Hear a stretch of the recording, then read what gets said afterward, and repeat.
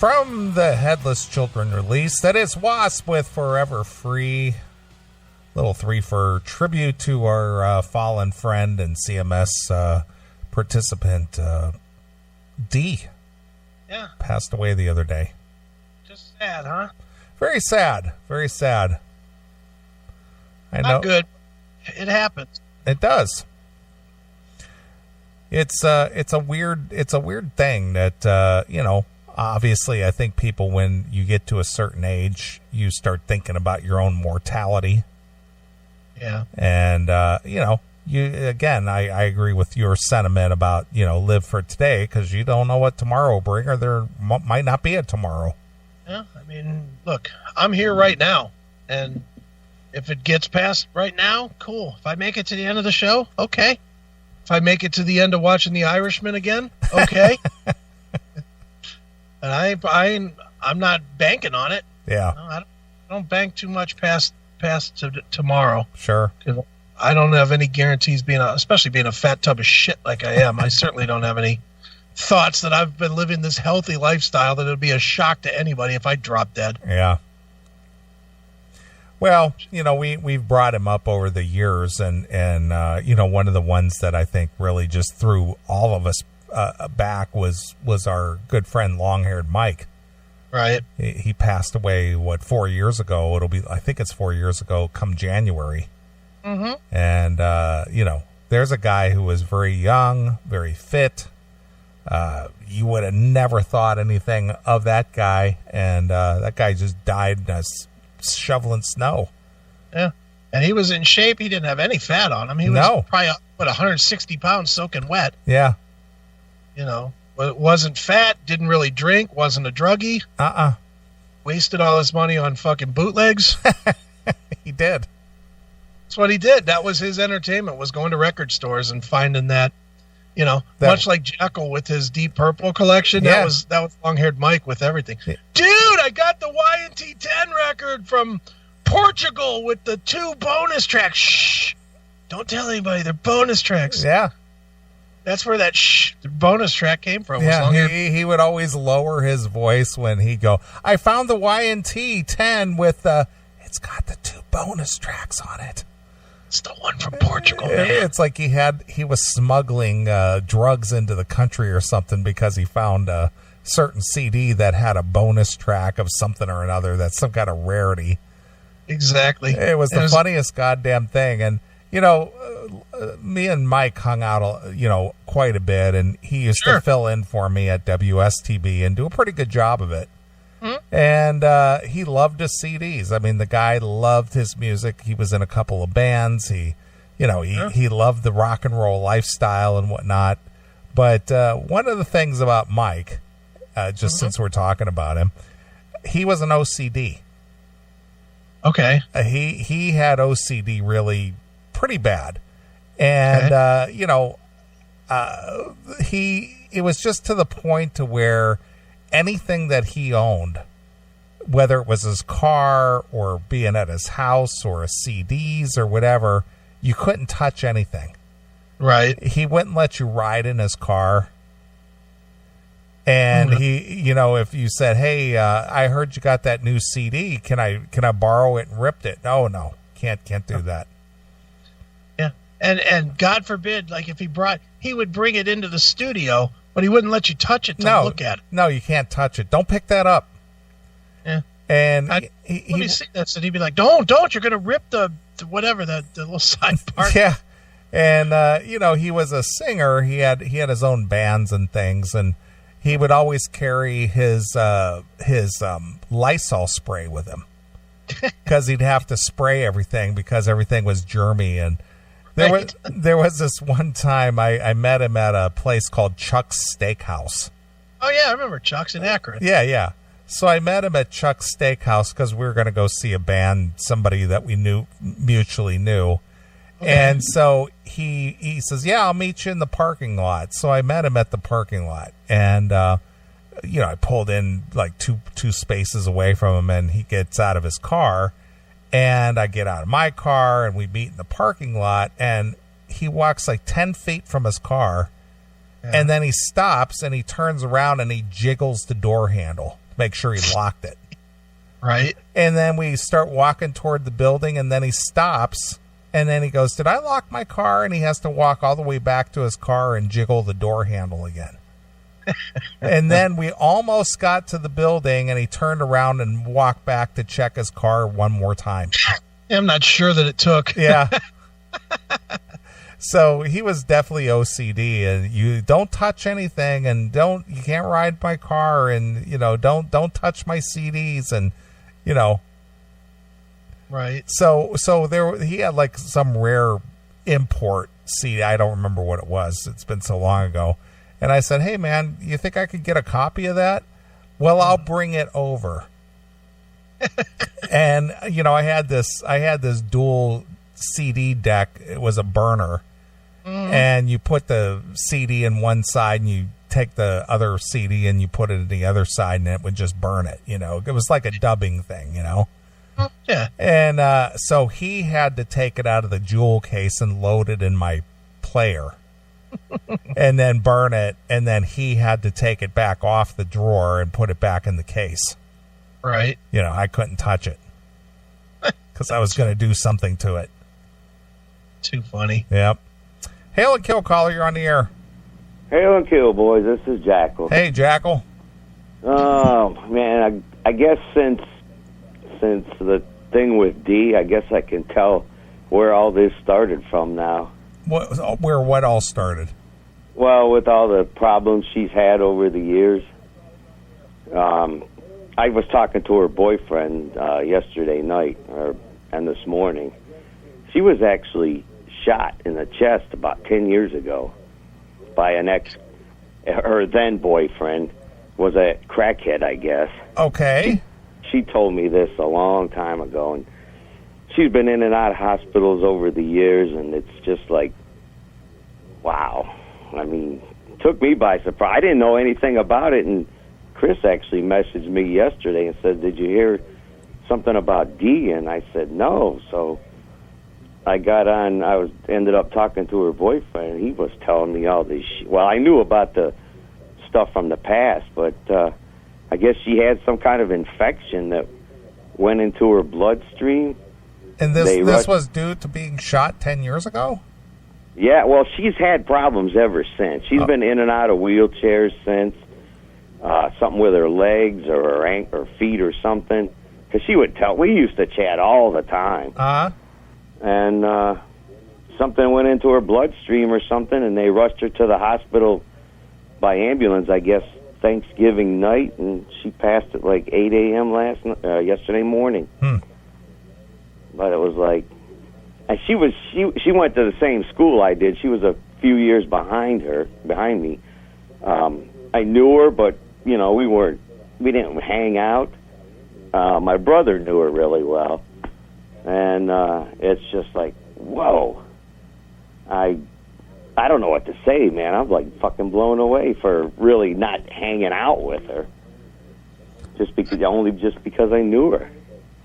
Right.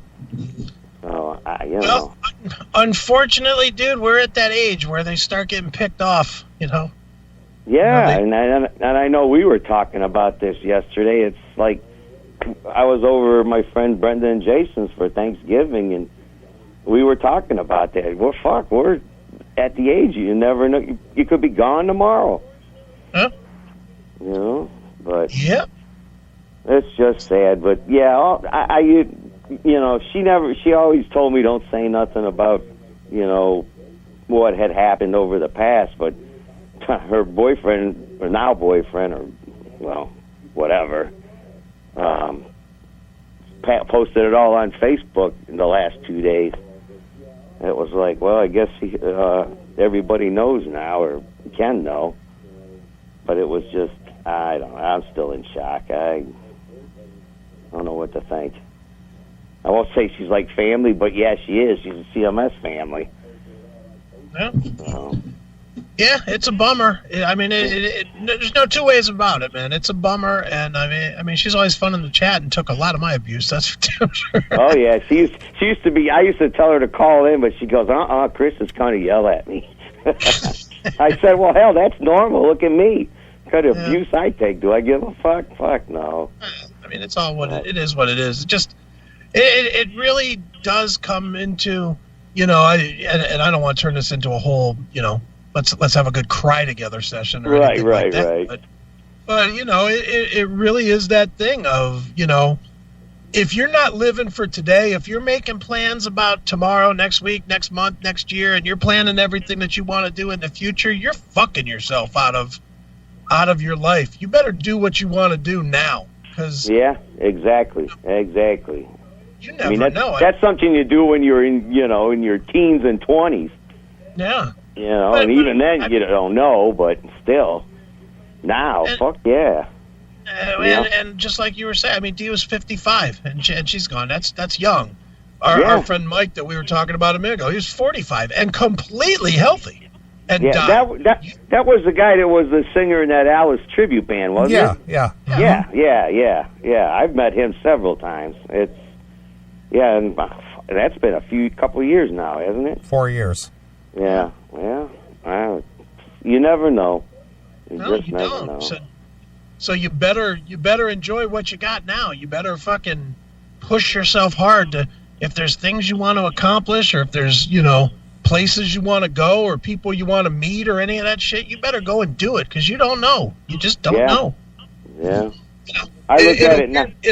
In a weird way, I did see that one of the last things that Dee did was that she met the Dockin boys. 2 weeks ago or whatever, 3 weeks ago, whatever that was. She met. Right. There was a picture of her and Chris McCarville on Facebook of, and she just met him like a week ago, and now she's dead. It's at least if that was something that clearly it was that she wanted to do, at least she got it done. Thank God she did it, yeah. Thank God she got it done. Yeah. But I hear you. But I figure, well, I'm going to be 60 in a couple months. I've pretty much done whatever. I'm kind of like you. Whenever the fucking time's up, it's time up. That's right. Fucking people can come sift through my CDs and all my fucking shit. Just bury me in my Night Demon jacket and my priest jacket, and I'm good to go. Play Still I'm Sad at your funeral, right? No, in my funeral, I want fucking Night Demon, the Howling Man, and Judas Priest, Nostradamus, and I'm good. Well, I hope you got that documented somewhere so that your final wishes are carried out. All my friends know what to play, and they know what to bury me in, so I should be good to go. If they play Nostradamus, it'll be an empty funeral hall. Now I think I can get enough in there for that. Well, maybe it'd be tough. I might stand outside, throw a cart through the door or something. There you go. As long as you show up, that's good enough for me. So. Hey, it's not like you're going to complain about it, whatever I do, so shut up. That's true. I'll come back and haunt your ass, man. Remember, Nostradamus never dies. Yeah, he's around somewhere. Yeah. So, all right, boys. Hail and kill. Fuck you, pal. Hand job. Fuck Dayer and R.I.P.D. R.I.P.D. R.I.P.D. Not to be confused with Live PD. Right, exactly. All right. Well, moving on. All right. Don't want to bum everybody out too much. All right. Well, I'm going to get back to something that you brought up earlier in the show. Okay. You and I think a lot of the CMS fans can agree that for some reason in today's day and age, everybody is, what do you want to call? They're chastised for being quote unquote judgmental when you point out bad behavior. Okay. So if you go, yeah, that's not a good way of living, it's like, who are you to judge? Like if somebody has a bad habit or something that's going to lead to problems down the road, and you just basically give them some good advice and say, yeah, you know what, maybe you ought to, let's just say somebody drinks too much. It's like, don't you think you could kind of just lay off the bottle a little bit? Maybe think about, directing your energies or, live a more healthy lifestyle. Who are you to judge? Right. It's like, I'm not judging. I'm just giving you my thoughts on, hopefully maybe give you some helpful advice or give you some support or some, fuck you, mind your own business. Yeah. Well, again, we're at this point now where we're trying to normalize bad behavior.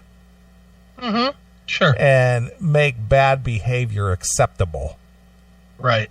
We did a story, what was it, a week ago about the Arby's who posted a sign said, yeah, make your children behave.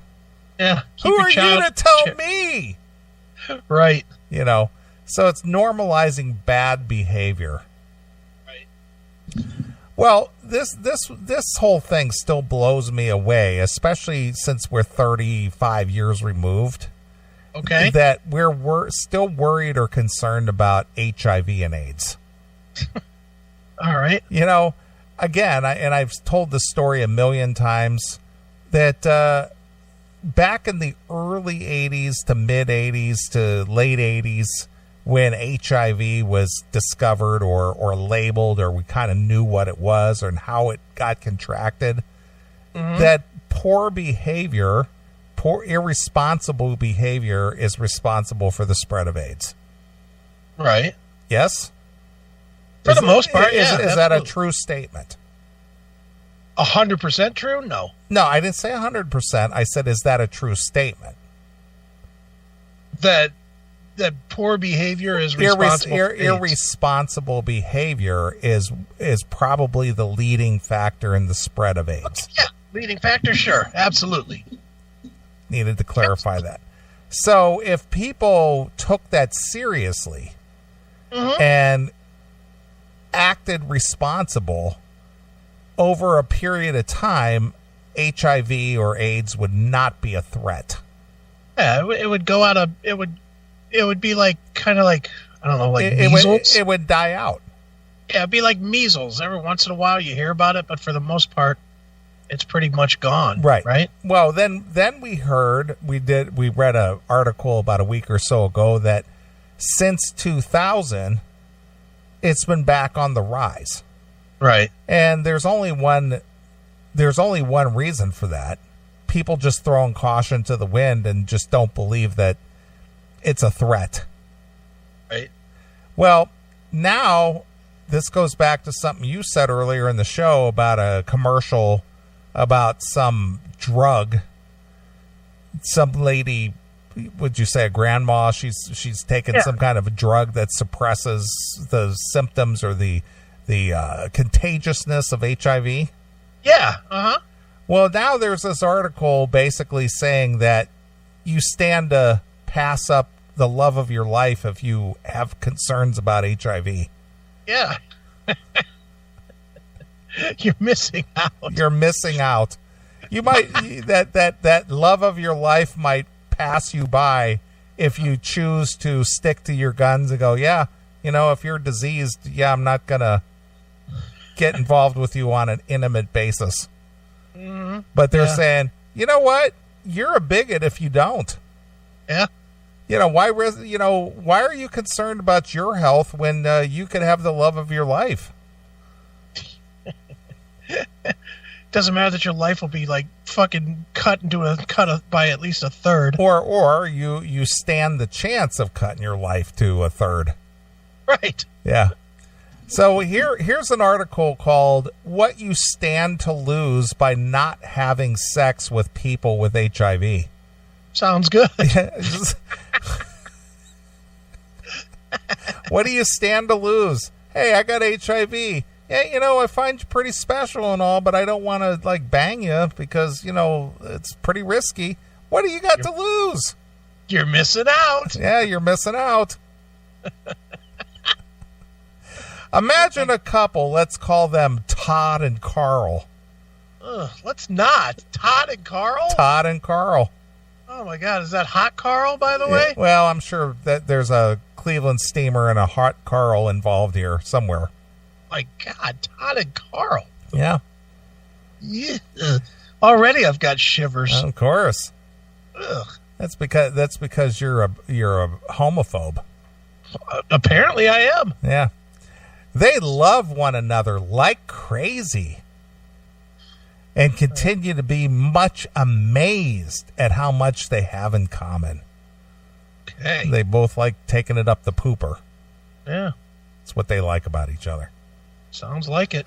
They work out together in the same gym, enjoying it, watching the same nerdy sci-fi and fantasy series on Netflix, and share a love for Japanese and Korean food. I thought you were going to say porn.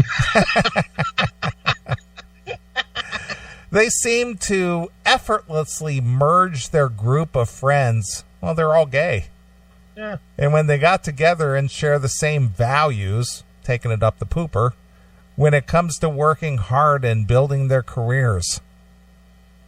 Right. Although neither has popped the question yet, what question would that be? Do you take it up the pooper?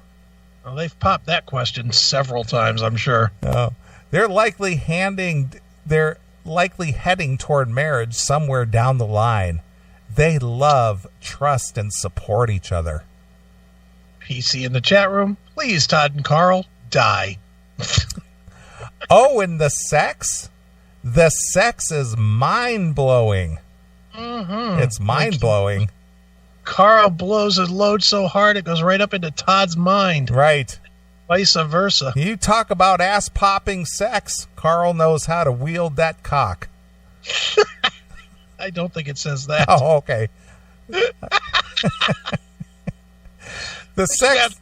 that. It helps that Todd's around 20% top and 80% bottom. Who is Todd? Yeah. Let me guess which one has the disease. I'm going to imagine that Todd has the 3-letter sickness. I don't know. So Todd gets to bang it in the ass, but 80% of the time he's the one taking it in the ass. Todd's got the HIV. Yeah. Todd's got the HIV. And Carl is the opposite. They just click. They make the ridiculously cute couple and that others envy. Who envies that? Oh, other gay guys, right? Gay guys, certainly Right. not me. Sounds good, right? No, it doesn't sound good at all. Whatever the furthest opposite of good is, that's what that sounds like. Sounds miserable. Sounds like this guy shits softballs because he gets fucked in the ass so much. Right. Ugh. Except it never happened, despite both catching each other's attention on an app. Goodness, Grindr. Mm-hmm. Todd and Carl never went for the first date. They never made it to the bedroom stage, let alone realize they both share a dream of adopting a kid. It's called child abuse. And trekking across South America one day. Why would you do that? Trekking across South America? Yeah. Sounds fun. Maybe Richard Branson will hook up with them. Maybe. Are they colored? Did they fit in Richard Branson's pictures? See, Todd stated on his profile that he's HIV positive. Okay. And when he messaged Carl, he wasn't rude, but he simply responded, "Sorry, not quite what I'm looking for." Yeah, no shit. Yeah, Todd, wait a minute, Todd, who we identified as 80% bottom, has the HIV. Yes. Of course you don't want. Why would you ever want that? What kind of bullshit is this? Well, Carl just said, I might be gay, but I also value my health. I'm not that gay. Yeah. Jesus. Why is it okay? Why isn't it okay for a guy to go, regardless of your thoughts on the gay lifestyle? Mm-hmm. What's wrong with a guy going, yeah, I'm just kind of like protecting myself. I'm not really, interested in, risking my health. Would you stop being a HIVist? Is that what I'm being? You're being a HIVist. All right. And with that, a relationship that would have changed both of their lives, probably for the worse, disappeared into the ether. Mr. Right was pushed right back out the door. Yeah, he wasn't Mr. Right. He's got a life-debilitating disease. Right. No, that's not Mr. Right. Sorry, it's not. The world's not fair. You know, that's just the way it goes. The world is not always fair. And how do you think Todd contracted this HIV? Mm-hmm. Irresponsible behavior, perhaps? Could have been a blood transfusion. Well, could have been. Highly unlikely in today's day and age, since they started screening that stuff about 30 years ago. Considering they said he's an 80% bottom, I'll let you do the math and figure out how he got the HIV. Mm-hmm. Oh, no, I won't, because you're a HIVist. Yeah. You won't even consider it. I would say irresponsible behavior. Well, you might be right there. Mm-hmm. A few weeks ago, I wrote a story about an HIV positive man who finds himself often, sometimes rudely, rejected on apps. Oh, the horror of this. How is this any different than a chick with a big nose or flat tits or being fat being rejected on an app? It's not any different. It's exactly the same, except, in fact, this is more sensible than that. Yeah. To be honest, it's one thing to fucking hook up with a fat chick. It's another thing to hook up with one that's going to kill you if your fucking dick touches her pussy skin. Exactly. And now dick on dick with ass juice mixed in? Ugh. This is terrible. Yuck. Some of those who commented on the article appeared to feel attacked by the piece. Right. It is insane to shame people for attempting to protect their own health, said one. I agree with that. Yeah. Now, why are you shaming a guy who says, you know what, I'm healthy, I'm not HIV at all, I am a gay guy, whatever, but I'm not going to risk myself getting involved with somebody who is knowingly HIV positive. How about just anything that you do? When you go on, see, God, what is this, Salon? Did Salon write this? No, this is called Queerty. Even worse. Queerty said this? Okay. Mm-hmm. Let's just get into the reality here. Let's step back from the faggotry of Carl and Todd here for a second. Right. And just go to any dating app. Whether it's Tinder, Grindr, Plenty of Fish, whatever the fuck it is, okay? Mm-hmm. They're all disrespectful. They're all choosing your partner on the most animalistic scale. Mm-hmm. None of them are about finding Mr. Right or Mr. Wrong. It's all or Miss Right or Miss Wrong or whatever. They're all only about picking your partner on a very, very surface level. Yeah, it's a very base level. Yeah, it's not and when you use any of them to find any kind of a dating scenario, you go on the very bare bones basic.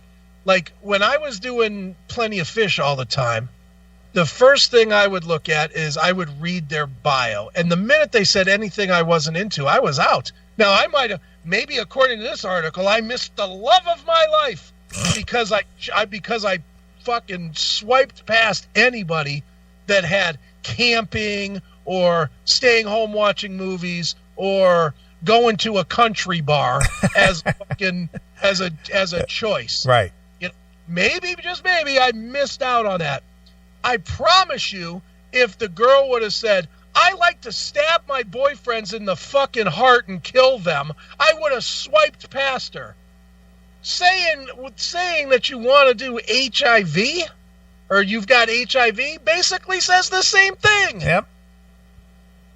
It's all a very surface level choice, and you make your choices on the most surface level.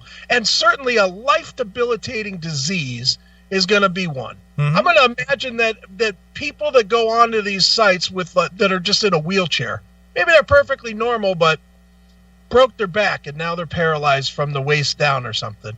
I'm gonna imagine that they get off swiped constantly. Mm-hmm. No matter what, they're not gonna get swiped positively, and they don't have a debilitating disease. They're just fucking broken. They're just debilitated. Yeah, they're just they're somehow you're not gonna get paralyzed if you fuck her non-feeling pussy. Right. You're just gonna deal with that if you can deal with that, and that's fine. And maybe there are some people in there that are willing to fucking play Russian roulette with cock on asshole action. Right. But fuck this person that's writing this like you're committing a crime by not choosing to fucking stick your dick in a diseased asshole. or take a diseased dick. Yeah, or take a diseased dick in your asshole. What are you thinking? What kind of thought is this? Everybody has the absolute right to make whatever decision they want about their own sex life, period. Full stop. No qualifiers, said another. Others disagreed that everyone has the right to take responsibility for their sexual health, and for some, this includes not having sex with people who know they have HIV. Yeah. Seems reasonable there. Yeah, that's only common sense. Yeah. I don't disagree that everyone should take responsibility for their own sexual health. My purpose in writing this is merely to ask you to give a thought to the potential consequences of your particular decision. The consequences are, I'm going to remain AIDS-free. Yeah. I'm going to do my best to not catch a life-ending disease. Exactly. How about that? And I'm going to do my best to not be like Todd, who fucking gets swiped past because he's got the fucking HIV. Yeah, of course. Jesus. If Wake up. If someone is HIV positive, knows their status, is on an effective medication, and has consistently had a undetectable viral load, they cannot pass on the virus. PrEP is also widely available in the U.S. and several other countries to prevent people from acquiring HIV, and condoms are also, of course, widely available. Yeah, they're widely available, but how did you get it in the first place? You probably didn't use a condom. Right. I know a couple of long-term, I don't know what this word is, seriodiscordant couples. Whatever. A seriodiscordant relationship is one which one partner is HIV positive and one is HIV negative. Okay. Single myself, I look upon these relationships with awe, not because of the HIV side of things, but just because I'm always impressed and inspired by any long-term couples. What a dumb... What an idiot. This guy's a fool. Yeah. Again, it's this, I'm fooling myself to believe that being a diseased gay person is perfectly fine and acceptable. I wonder if he's going to write his rebuttal in 2 years when he has the HIV. Yeah. Say, I was definitely wrong. I should have fucking swiped the other way when I met Todd, who had HIV. Right. I can't imagine one without the other, or what would have happened if a fear of acquiring HIV or a decision to reject someone for being HIV positive had prevailed. When friends go through bad breakups, we console them by telling them that there are plenty of more fish in the sea, or what's that website you said you used? Plenty of fish. Yeah, plenty of fish. Yeah. There is unfortunately, to see this guy surfing in is fucking the Fukushima residue. Jesus. There is a presumption, perhaps an arrogance, that we just move on to the next guy and that he might be the one. Well, you don't mean many of the ones during a life. Actually, a survey by AARP last year found that 57% of gay men over the age of 45 are single, compared to 39% of lesbians. Yeah. So? I think that's more of a guy thing, less about being gay. Mm-hmm. It's not about being gay. It's just a guy thing. And how about this? Where's the positivity in being married, for fuck's sake? Fuck that. That number should be 95%. Right. Being married is fucking... What would you rather be, married or cancered? I'm taking the cancer. Yeah, you might stand a chance of surviving that. Yeah, chemo might fix it. Mm-hmm. There's no fixing a marriage. Marriage fucking sucks. Yeah. Ugh. There are many reasons for this, and yes, plenty of us are content being self-partnered. I didn't even know that was a word. Self-partnered? As actress Emma Watson recently put it, but many others are less happy at not being in a relationship. Who's not happy about not being in a relationship? You know what? There are those guys that are out there. Really? Oh, yeah. There's definitely guys there. And I'm always amazed when I run into... There's more than you think, actually. Okay. There's a lot of guys out there that are single that just moan on and on and on about, it just sucks that my life isn't complete without her. It's like, you fucking turd. Get over it. Just fucking live your life. Your life will be so much better without being cursed with some fucking pussy tied to it. Awful. So yes, take responsibility for your health and do what you feel is best for you, but do so with an awareness of the potential consequences of those. There is no consequence. It's all positive as far as I'm concerned, and I'm not talking about positive HIV either. Neeley, you're accepting missing Mr. Right? Yeah, the consequences. Consequences. Let me see. I want to live healthy. I'm not going to bang people who have known diseases. I'm going to be diligent and cognizant and, try to live a healthy lifestyle. Well, there's consequences to that, You're missing out. Refusing to entertain the idea of dating an HIV positive person might just mean you miss out on the love of your life. Right. Yeah, right. If you find yourself single and contemplating why, bear in mind it might be because you blocked Mr. Right when you read he was HIV positive on Grindr. Right. Of course, some will say, my perfect man doesn't HIV. Well, I hope you're not too old before you realize nobody's perfect. Don't be so judgy. All right. Dry hand dick in the chat room. A wife can suck your nuts every night, and sometimes her friend joins in. So there are benefits to marriage. Really? Do you have to be married to get your chick and her best friend to suck your nuts? Yeah, and let's say that all happens. What are you giving up to get that? Mm-hmm. It ain't happening for free. It's just not. And that might be first-year marriage or second-year marriage. That's not 15th year marriage. 15th year marriage, you're hoping that she fucking, washed her snapper before the fucking sweats came off. Right. Please, get with it. No. And just think of all the fucking nagging that you put up with. How much nagging do you think it takes to get to the wife and the friend joining in? I don't think that that's something like you're living your life doing whatever you want. She just offers it up. No fucking way. No fucking way. That involves fucking a pay raise and a fucking new car in her driveway. Ugh. I can't even imagine being married and then even getting to the point to where your wife says that she's going to allow her friend to join in. Mm-hmm. Because after that, say that even takes place. Okay.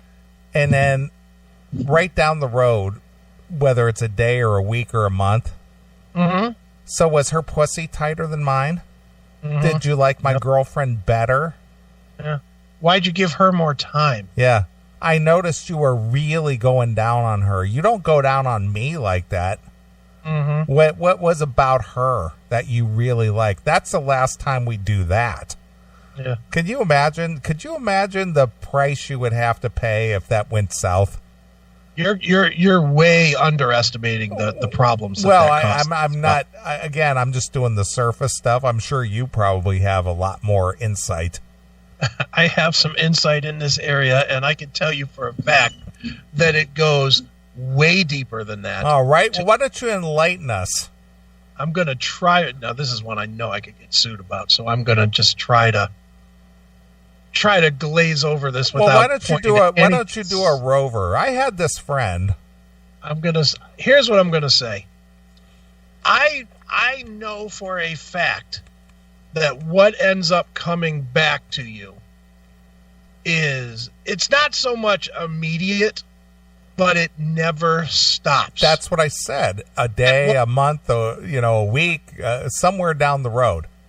But it grows in a level that you're not thinking. Oh, well, I'm sure, because I would never participate in either getting married or even thinking about getting into a threesome with my wife and some other chick, because I know in the end you're going to end up paying the price for that.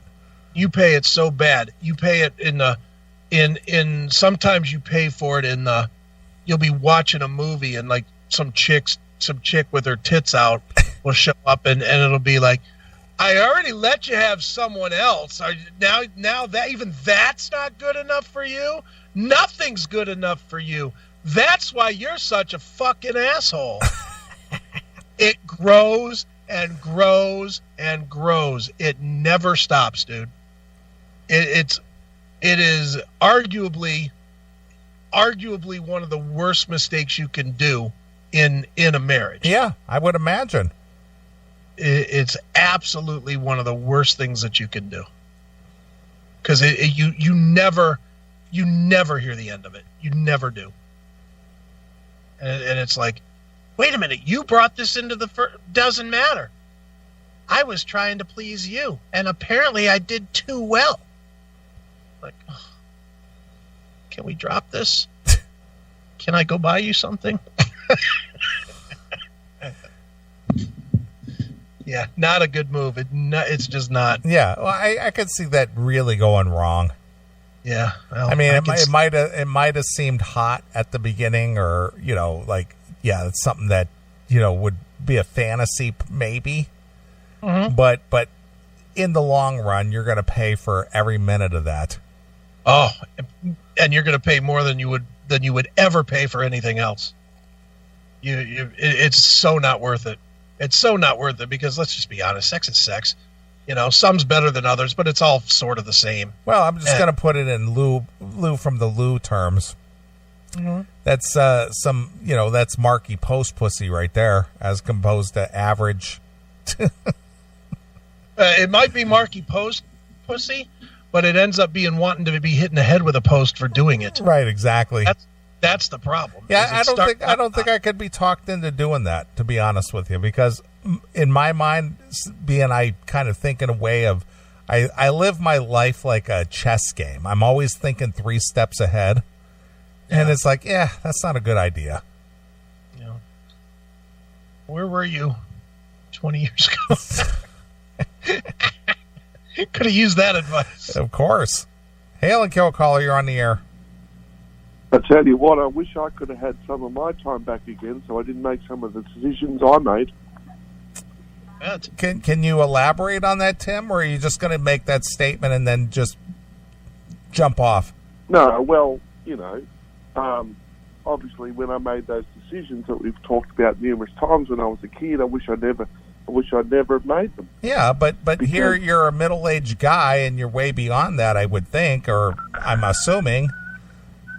Well, I am, but it leaves its mental scars, and it's always a temptation, even now. It's a temptation now? Yep. Really? How is it a temptation now? Well, I mean, you got that hot wife and a baby now, and Well, but you see, that's not the point. The point is, once you go down that road, like you know, and this is no secret to anybody. You know, I talk about this stuff all the time with my pastors from church and all the stuff. And you know, once you go down that road that I did when I was young and stupid, you know, it can be a temptation. You never act on it. Really? So what is the temptation? Do you see a guy and you're like, man, I'd like to have his dick in my ass. Maybe this one time, or maybe it wouldn't. Maybe it would be a good change of pace, or what? What do you think? No, what is it that you're thinking? That's the crazy thing, is that I'm like really, really happy, and my Right. marriage is fantastic, and I think it's just to do with bodies. I think I'm just attracted to bodies generally. Like, I could never, ever see myself in that type of relationship. So Well, that's in a relationship, Tim. Hold on, Tim. But where you're saying there's a temptation to what? Just blow a guy? Yeah, sometimes you think about stuff like that. Wow. But I mean, had I never made those decisions when I was young, I would never have those problems now. So you're kind of like a rabid animal who gets the first taste of blood, and once they get that taste of blood, they crave it now. Well, it's like you know, if you're either straight, gay, or bisexual, whatever it is, but you just don't act on it. Tim, Yeah. do you ever watch your chick blowing you and think, man, I really wish this was a guy? No, not It's never happened? Not at all. No. Have you ever had sex with your wife and thought, man, I wish there was a guy, or even a guy involved, like a three-way? See, that's the thing. Not at all. It's just the sight of a naked body. I think that's it. Like, there's no thought of wanting a relationship like that or anything like that. It's just you know, stupid decisions that I made when I was a teenager, and they were stupid, and they were nobody's fault but mine. And does your wife know about you and dudes? Absolutely, she knew all that before we got married. How do you bridge that in a relationship? How do you say to your wife, by the way, I used to suck cock? Well, I just told her what. This was all before I became Christian stuff, but I just told her what happened. I was just honest. And she said, "What? Me too?" No. No, she said. She said, "Pray the gay away." No, but she said, "Well, that's not what you're doing now, and it isn't. It isn't what I'm doing now." But there's always that temptation there. Really, Tim, Yeah. I can't. You know, I can only appreciate the honesty that you're bringing to the table here, but there has never been even one thought in my head. You know, I was thinking about tasting a dick sometime in my life, but boy, when you add that high risk factor, it just kind of puts that fire out. Yeah, I mean, it'll never happen. It'll never happen. It's just a fantasy that you have, whatever. But you know, have you ever had like a really bad fight with your wife, and you're like, you know what, I'm gonna go. And I'm not saying you acted on it, but you just had that thought. You had that thought of, oh, maybe I could go back and find a nice dude. No way. In fact, look, we've had some really tough times in our marriage, but the last 6 years or so have just been fabulous. Mm-hmm. So no. Mm-hmm. We've had like sickness and mental health and stuff like that. But, yeah, I guess. Yeah, everything's really good. Everything's been fabulous for a long time. I mean, that's very curious. You brought up mental health. Why? Because you sucked cock. There was something mentally fucking disturbed in your own head that pushed you to the dick. Even you have to admit that. Yeah, you're right. But I mean, you guys, rag on marriage all the time because you've both had kind of bad marriages. But marriages can be pretty good too. Well, I would never say that it's impossible to have a good marriage, But I will continue to say that no matter, for the sake of argument, Tim, I'm going to say that you have the best marriage of anybody that I know right now. And that being said, you still compromise 1,000 times more than I will today. You will compromise more today than I will in a month. But this is the thing. I don't really feel like I compromise anything. Oh, please stop it! Stop it! No. What do you think I compromise? You're going to tell me you do whatever you want whenever you want. Depends what you want to do, but pretty much, yeah. Well, I mean, it doesn't depend. No, that's that. You're saying my point. Depends on what you want to do means that you have to run it through another person. I don't. No, but the difference is it's not. The difference is you want to. Like, I'm with Lucia because I love her, and we're best friends. And we just run stuff through each other normally because we're just best friends. Like, we just talk about stuff, and like she completely understands what I do with my music. She completely supports it. In fact, she's the one that tells me, when I have to go away and play like shows like 6 hours away, I don't feel good about it because I'd rather be here, Right. But she's like, well, you've got to do what you've got to do to help us earn money. She gets it sometimes more than I do. Right. You're an interesting one, Tim. Well, it's just I think, and you see, this is why with my faith sometimes I feel like an absolute hypocrite, because here am I spouting about being a Christian or whatever, but I still have all these temptations and stuff, and it's so does your priest, so it's all good, right? Yuck. No. But it's just what I'm saying is sometimes these things I needed to be more careful with the choices that I made when I was younger, because sometimes these things can scar you. Mm-hmm. Yeah, but you would have never known that when you were young. I mean, you didn't know that you'd still be thinking about sucking cock when you were sucking cock. Yeah, I know, but I just wish I'd never done it. I got to give it to you, Tim. You're ballsy to talk about it and just be honest about it. Most people wouldn't. There's a song on the new EP that talks about it. Oh my God, what is that song called? And please send it immediately. Well, I'm doing the final mixes now, but you'll hear it. It spells it right out.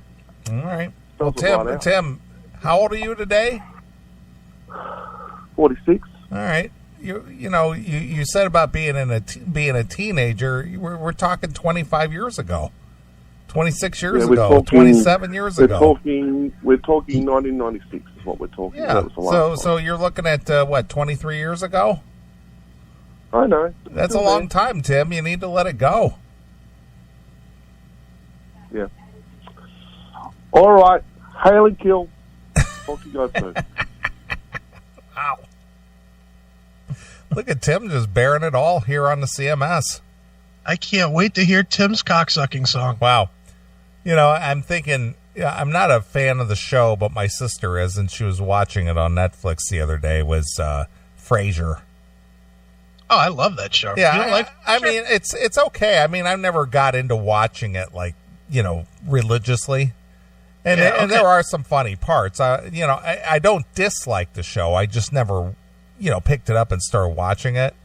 Okay. But that's what this show almost turns into sometimes, as being a psychologist on the air for our fans.